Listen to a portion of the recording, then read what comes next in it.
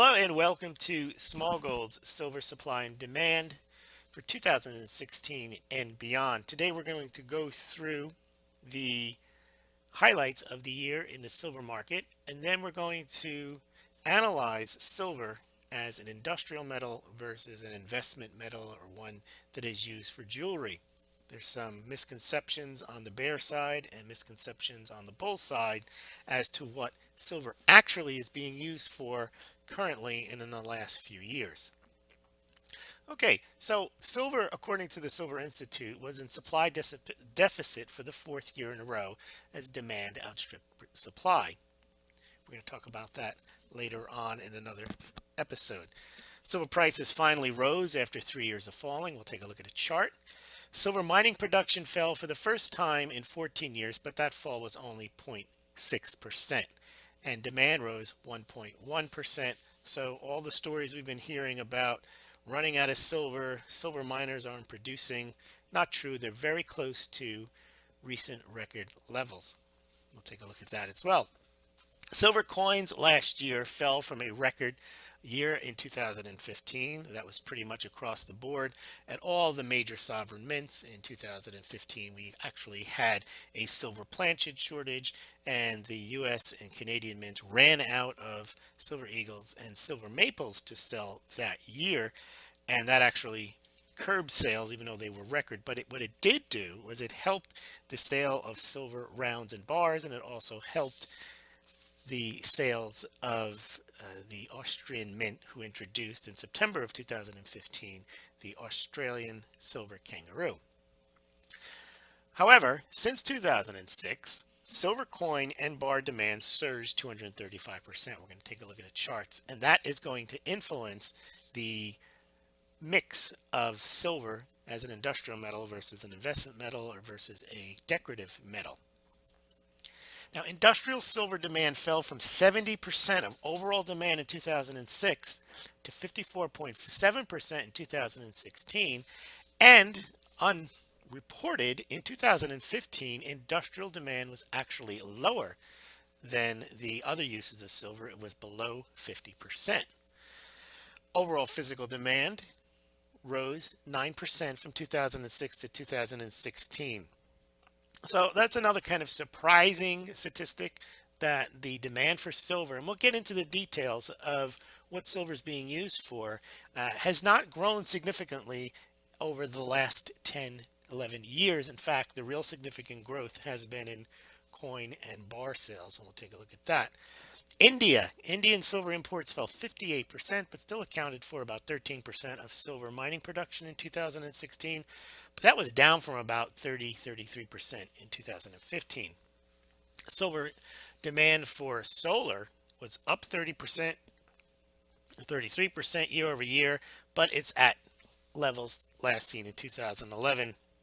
We're going to see why the increase in silver demand for solar panels has not been as great as anticipated. All right, let's look at the price of silver for the last 10 years. It's very important to put it into context.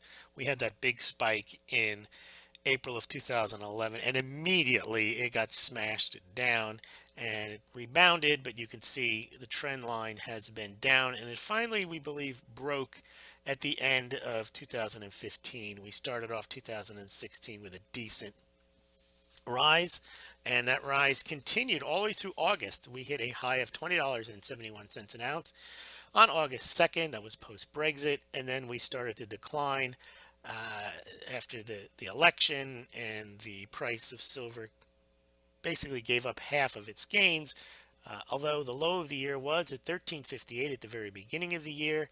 As we mentioned, the high was $20.71 in the middle of the year, August, and it closed the year at $16.24. So we started the year at $14 an ounce, and we ended 2016 at $16.24, which is a tidy gain.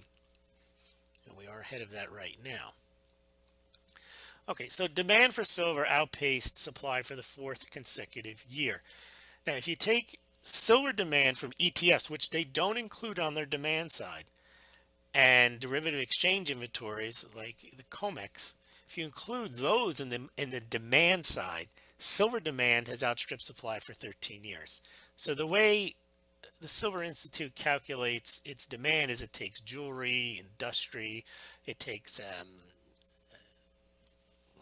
coins, takes all of the uses of silver, but does not include the silver that's required to fund ETFs and exchange traded funds. It doesn't take the silver that ends up in the COMEX to support the trading there. So if you include that, we're in significant deficit.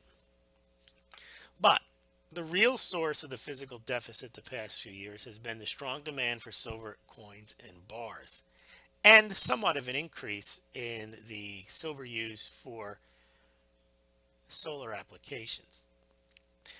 Now, here is the bull bear argument. A lot of bears say silver is not valuable because it's basically an industrial metal. It's like copper. It doesn't have a premium on it. And they claim 70 to 89% of silver's use is industrial.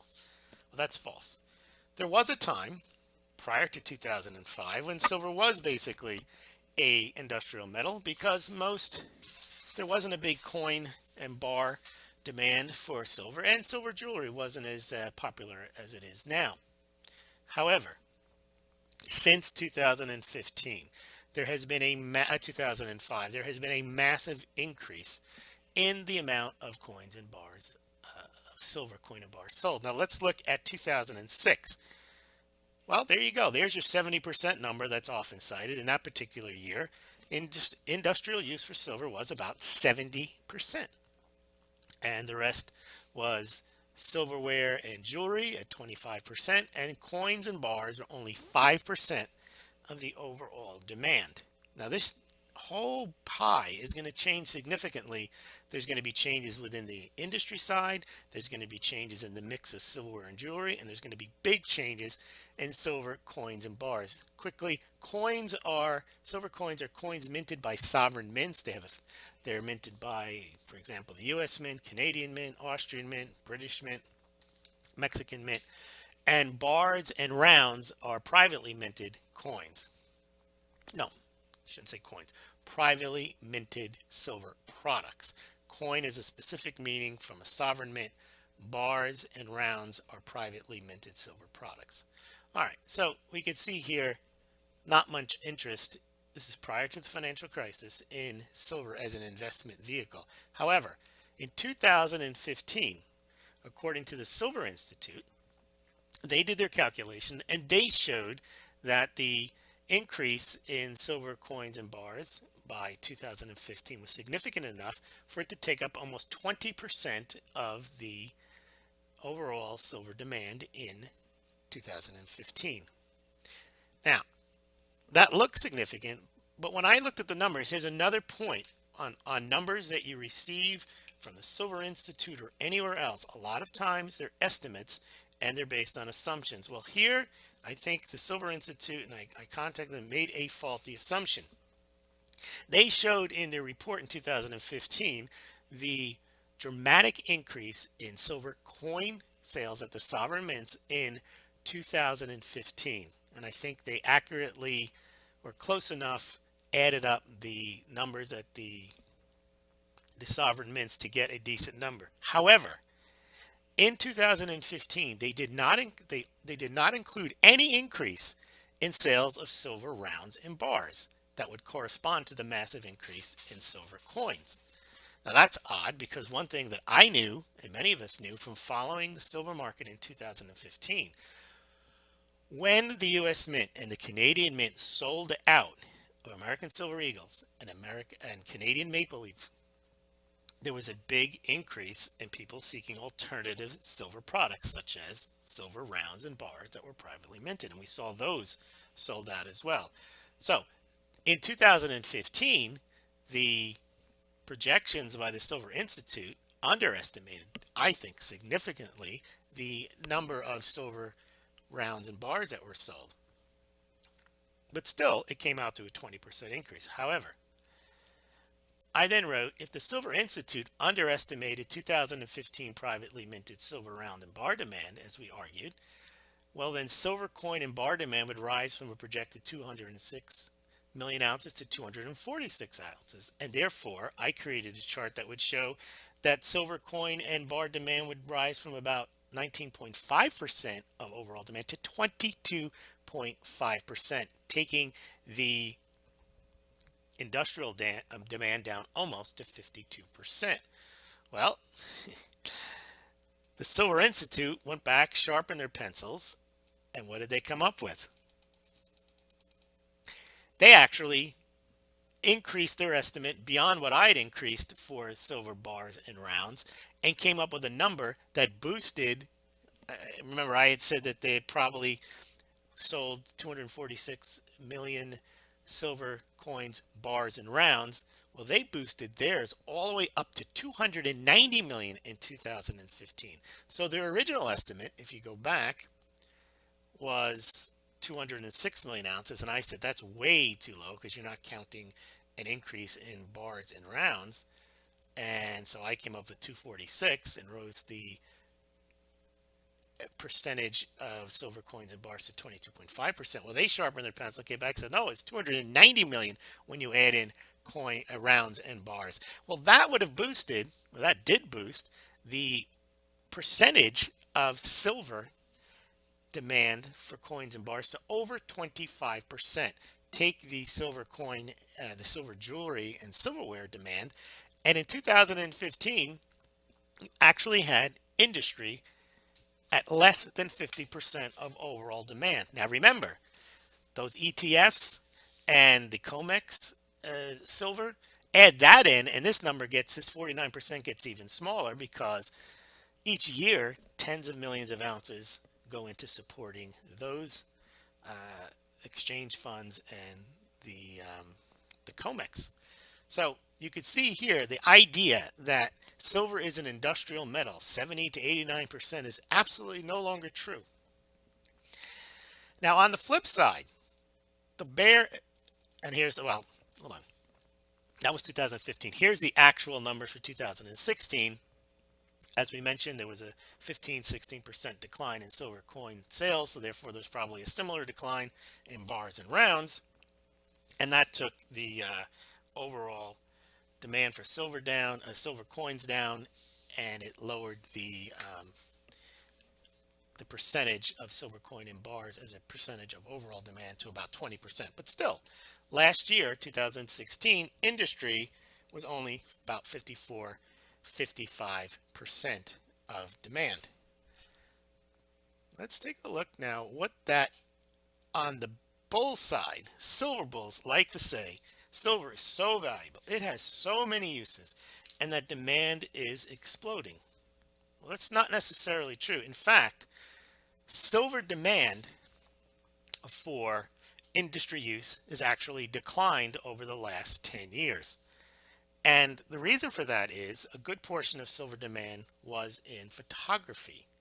However, that's kind of gone away, and you can see that in the green here, this line here, and it's basically not, people use digital cameras, so the silver used in photography, the demand for that has decreased. However, people point out to electronics and all other uses. Well, electronics are actually down. We're going to get into that in another video. We'll go through the numbers. But the amount of silver used in electronics is less. And you say, well, wait a minute. There's got to be more electronics being produced today than ever before, and that's probably true. However, just like with solar panels, we'll talk about this in another segment too, but industry is finding ways to use less silver in the applications that it's needed. So they use less silver per solar panel than they used to, less silver in electronics, less silver in all the things they do. In fact, I saw something which is related for catalytic converters for platinum. They can now use these nanoparticles so they can reduce the amount of platinum that is required. So while demand for products with silver in them may be increasing, the amount of silver in those products is not increasing, and they're coming up with ways to either substitute silver or to lower the amounts of silver that's required.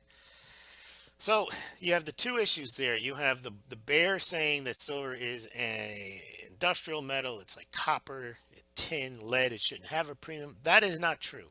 there is now a significant investment demand on the coin and bar side, and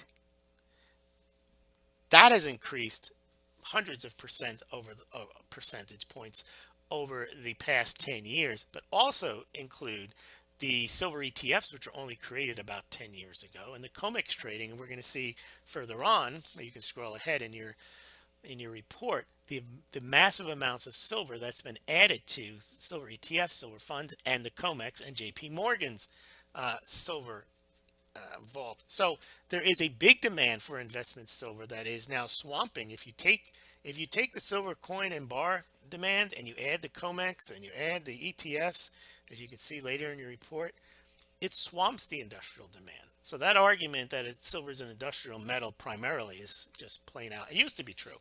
It's just false in the last 10 years, and increasingly false in the last 10 years.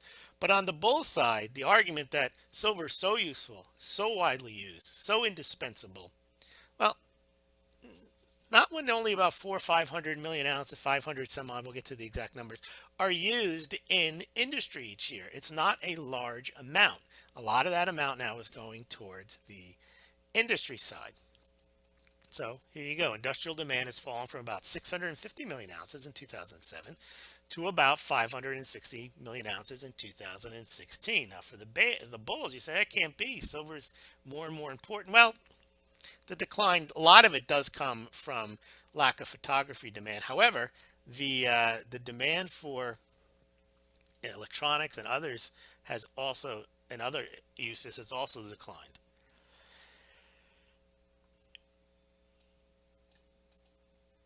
And here is our introduction to the next episode, which will be the sovereign mint.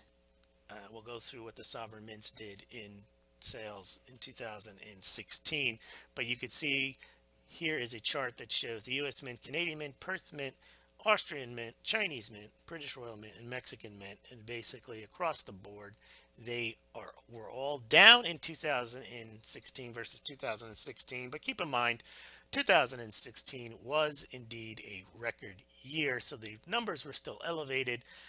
We'll keep an eye on that. We'll go through in detail next time we talk on what happened at each of the sovereign mints. Thanks for listening.